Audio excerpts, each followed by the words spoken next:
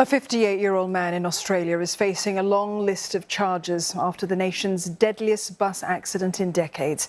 He was behind the wheel, taking wedding-goers back to their accommodation in the Hunter Valley wine region north of Sydney. But then a day of joy and celebration turned into one of pain and sadness, with 10 lives lost and more than 20 others injured. A fairy tale day turned into a nightmare after a bus carrying wedding guests flipped over in the picturesque Hunter Valley wine region. Tragedy struck as the passengers were heading back to their accommodation after the festivities. Residents have since set up a makeshift memorial near the site of the horrific crash. Australian Prime Minister Anthony Albanese also sent his condolences. For a joyous day like that in a beautiful place to end with such terrible loss of life and injury is so cruel and so sad and so unfair.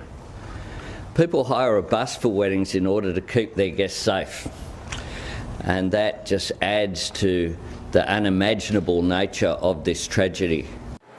Eyewitnesses say visibility was extremely low due to heavy fog at the time of the crash on Sunday night.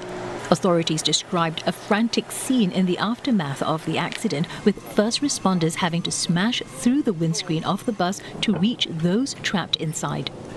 The cause may not be known for some time. It will require scientific examination, and that takes time.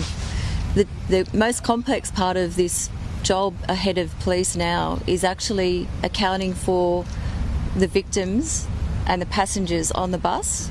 You can imagine the scene that was confronting police when they attended. The 58-year-old driver has been charged with 10 counts of dangerous driving. He has been denied bail ahead of a court hearing on Tuesday. Investigations are ongoing, and the area is now being examined by a specialist forensic police and a crash investigation unit.